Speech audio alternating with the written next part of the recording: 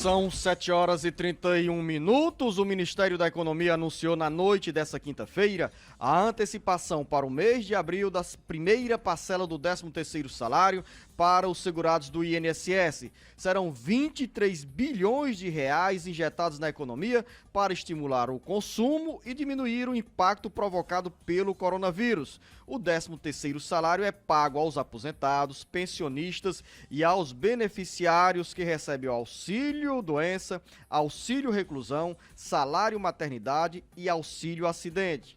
Quem recebe o BPC não tem direito ao pagamento extra do INSS. No Ceará, a previsão é que a antecipação do 13º salário contemple pelo menos 950 mil pessoas, ou quase 1 milhão de beneficiários da Previdência Social. Uma iniciativa que o governo adota, Beto Almeida, simultânea a outra medida, que é a suspensão por 120 dias da exigência da prova de vida, que é cobrada aos beneficiários da Previdência Social, que precisam dizer a cada ano que estão vivos. E essa ação é para evitar o contato das pessoas mais idosas e assim também diminuir a expansão do coronavírus. São medidas que eu diria, Luciano, de bom senso. Na realidade é o seguinte, ainda bem que diante de um caso desse, de pandemia, e que no nosso caso aqui, risco de epidemia, porque é real, existe, que haja essas medidas adotadas, como por exemplo a antecipação aí do 13º para aposentados do INSS, esse caso aí, Luciano, de dar um tempo para quem os idosos que tenham esse prazo aí para apresentar, fazer a prova de vida, porque os idosos são exatamente aquele tipo de pessoa que está na lista dos que correm mais riscos em caso de serem exatamente, de contraírem, por exemplo, essa gripe, esse coronavírus. Agora, aqui, Luciano, vamos colocar uma coisa que é o seguinte, eu acho que as coisas têm sido conduzidas aqui até agora no Brasil de forma muito clara pelo Ministério da Saúde. Se o governo Bolsonaro demorou a admitir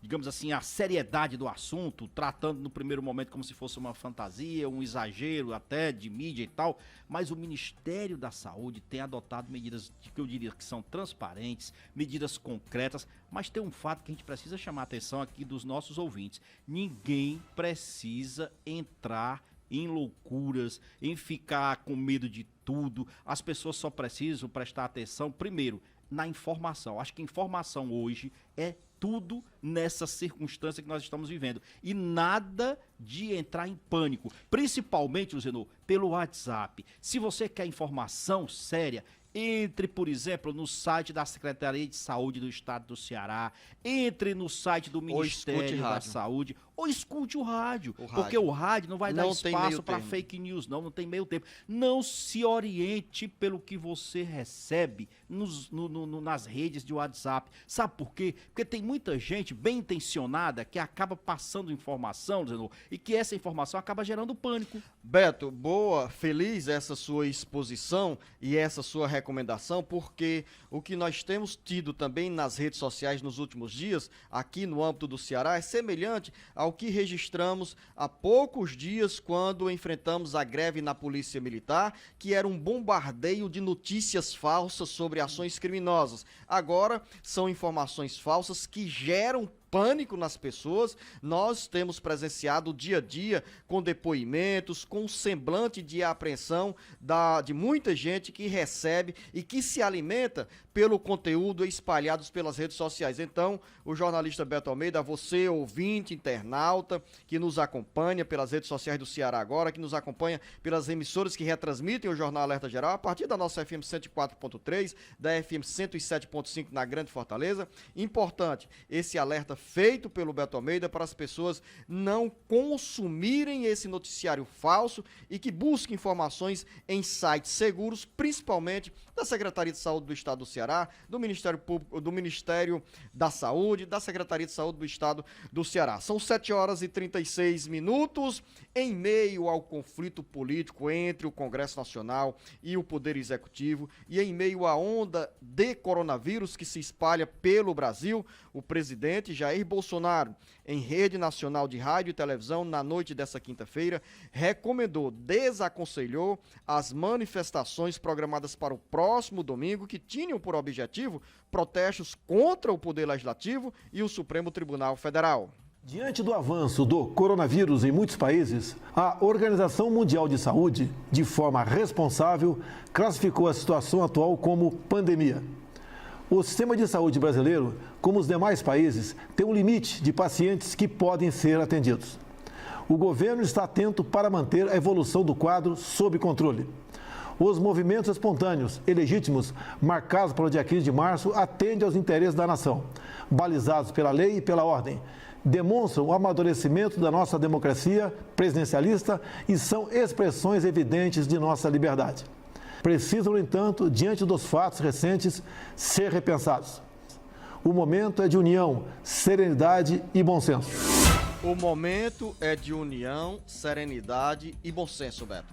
Pois é. E aí, o próprio presidente, porque você viu aí, isso foi um pronunciamento em cadeia de rádio e televisão, mas nas redes sociais ele aparece, inclusive, usando máscaras.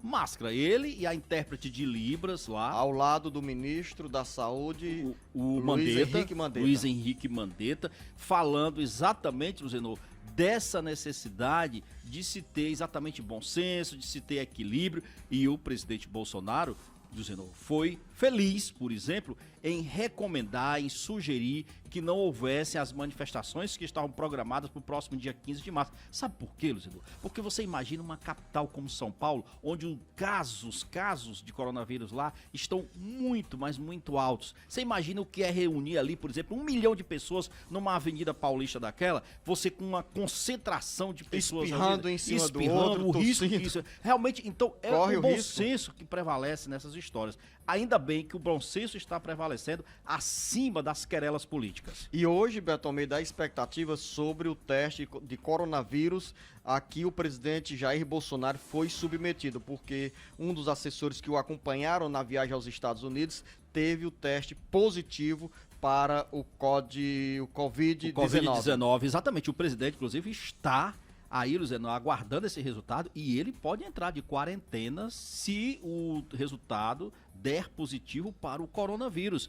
Olha, esse cuidado é mais do que necessário, porque o presidente Bolsonaro, ele viajou em companhia do Fábio Van Garten, que é exatamente o assessor de comunicação da presidência. Lá, inclusive, deu coletiva de imprensa ao lado do seu assessor. Óbvio, ele tem um contato direto com esse rapaz, então precisa realmente disso. E outra coisa, esse assunto, Luziano, inclusive, foi tema da reunião de prefeitos de capitais ontem lá em Santa Catarina. É isso que eu ia chamá-lo, Beto. Cuidado e preocupação com o coronavírus, que entram também na agenda dos prefeitos das capitais brasileiras. Exatamente. O prefeito Roberto Cláudio participou dessa reunião em Santa Catarina. Inclusive, o prefeito foi um dos que destacou, Luziano, o papel e a atuação do ministro Mandetta, o ministro da Saúde, no tocante à condução dessa questão do coronavírus. E o prefeito Roberto Cláudio, inclusive, fará parte do grupo de prefeitos que irá propor ao Ministério da Saúde situações, o plano de contingência que seja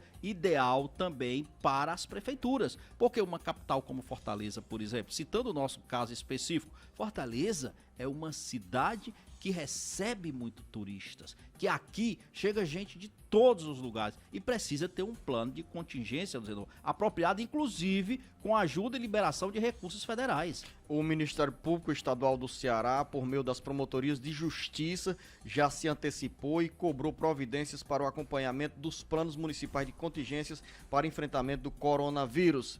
E ontem, a Confederação Nacional dos Municípios, jornalista Beto Almeida, que é a CNM, Confederação Nacional dos Municípios e a Associação Municipalista de Pernambuco decidiram suspender a 13ª cúpula de prefeitos e governos locais, que estava programada para Recife, que teria também participação de prefeitos de várias cidades brasileiras. Você imagina, aqui rapidinho, Luziano, municípios como Juazeiro do Norte. Juazeiro do Norte é um município que tem no turismo religioso a sua principal fonte de receita, é uma grande fonte de receita, recebe gente do Brasil todo. Então, é preciso realmente que isso chegue às cidades do interior, esses planos de contingência, e que o Ministério Público, sem sombra de dúvida, pode ajudar nesse sentido. E os reflexos também do que nós estamos passando, Beto Almeida, atinge outros setores.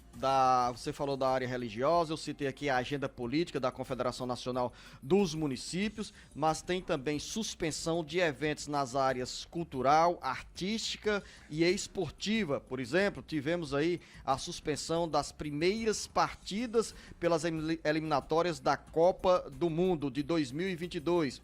As partidas, uma delas também, que estava programada para Recife, agora no mês de março. E também a Conmebol suspendeu os jogos da Libertadores programados para a próxima semana.